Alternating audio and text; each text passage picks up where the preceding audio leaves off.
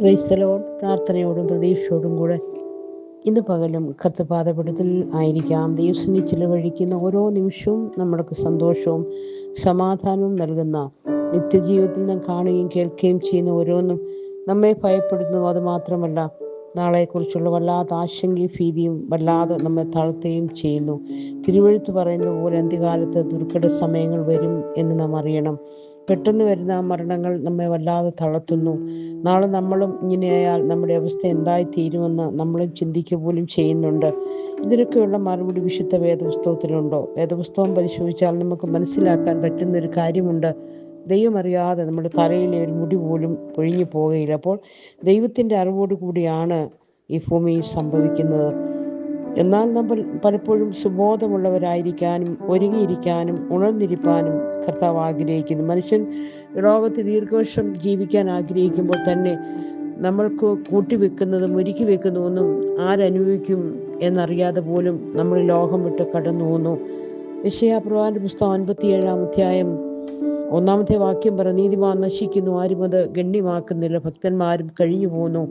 നീതിമാൻ അനന്തത്തിനു മുമ്പേ കഴിഞ്ഞു പോകുന്നു എന്നും ആരും ഗ്രഹിക്കുന്നില്ല. അവൻ സമാധാനത്തിലേക്ക് പ്രവേശിക്കുന്നു.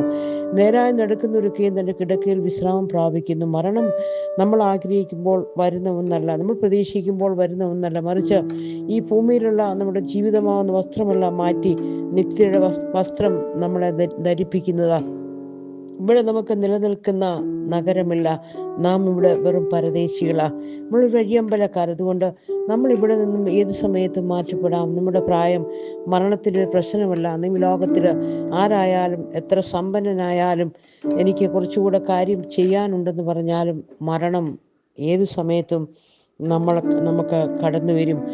എത്ര ബലമുണ്ടെങ്കിലും, രാഷ്ട്രീയ ബലമുണ്ടെങ്കിലും, അംഗബലമുണ്ടെങ്കിലും, കായിക ബലമുണ്ടെങ്കിലും, ആരൊക്കെ നമുക്കുണ്ടെന്ന് പറഞ്ഞാലും മരണം അന്ന് വിളിച്ചാൽ നമ്മൾ പോയേ പറ്റത്തുള്ളൂ.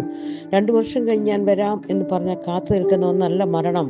ലോകത്തേക്കാൾ വിലയുള്ളതൊന്നാണ് നമ്മുടെ ആത്മാവ്. അതുകൊണ്ട് ഏത് സമയത്തും ഒരുങ്ങിയിരിക്കാൻ പറയുന്നത്, പ്രതീക്ഷിക്കാത്ത മരണം പ്രതീക്ഷിക്കാത്ത സമയത്ത് നമ്മെ തേടി വരും. അതുകൊണ്ടാണ് പറയുന്നത്, ആരോടും വിദ്വേഷമോ പകയോ പിണക്കമോ ഒന്നും മനസ്സിൽ സൂക്ഷിച്ചുകൊണ്ട് നടക്കരുത്.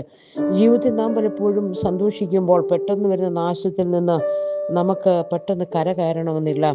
മത്തായിയുടെ സുവിശേഷം 24-ാം അധ്യായം 38-ാം വാക്യം പറയുന്നു, നോഹയുടെ കാലത്തും തിന്നും കുടിച്ചും വിവാഹം കഴിച്ചു വിവാഹത്തിന് കൊടുത്തും പോന്നു.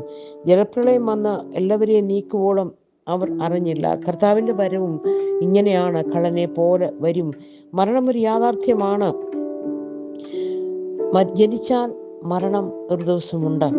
102-ാം സങ്കീർത്തനം 11-ാം വാക്യം പറഞ്ഞു, എൻ്റെ ആയുസ് ചാഞ്ഞു പോകുന്ന നിഴൽ പോലെ അത്രേ. 15-ാം വാക്യം പറയുന്നു, എൻ്റെ ആയുസ് പുല്ല് പോലെയാ, വയലിലെ പൂ പോലെ പൂക്കുന്നു. കാറ്റടിക്കുമ്പോൾ അതില്ലാതെയാകുന്നു. ഏത് മനുഷ്യനും ഉറച്ചു നിന്നാലും ഒരു ശ്വാസം മാത്രം. അതുകൊണ്ട് ദൈവം ചില അവസരങ്ങൾ നമുക്ക് തരുമ്പോൾ, പെട്ടെന്ന് ചില മരണങ്ങൾ നടക്കുമ്പോൾ നമ്മൾ ചിന്തിക്കുന്നു, ഇത് ദൈവം അറിഞ്ഞുകൊണ്ടാണോ?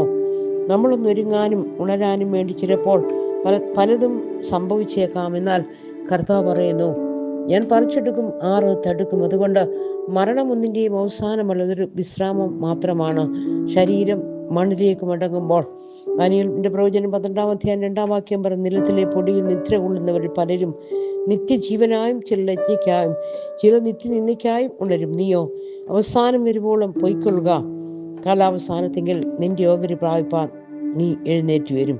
മണ്ണാകുന്ന ഈ ശരീരം മണ്ണോട് ചേർന്നാലും കാഹളം ധ്വനിക്കുമ്പോൾ തേജസ്സിൽ ഉയർക്കും. കർത്താവിൻ്റെ വരവ് അല്ലെങ്കിൽ മരണം ഉറപ്പാണ്, സംഭവിക്കും. അതിനായി ദിവസം നമുക്ക് ഒരുങ്ങാം, ഉണരാം, വിശ്വസ്തയോടെ മുന്നേറാം. ഈ വചനം എല്ലാവർക്കും അനുഗ്രഹവും സമാധാനമായി തീരട്ടെ എന്ന് പ്രാർത്ഥിക്കുന്നു. Okay, God bless you all.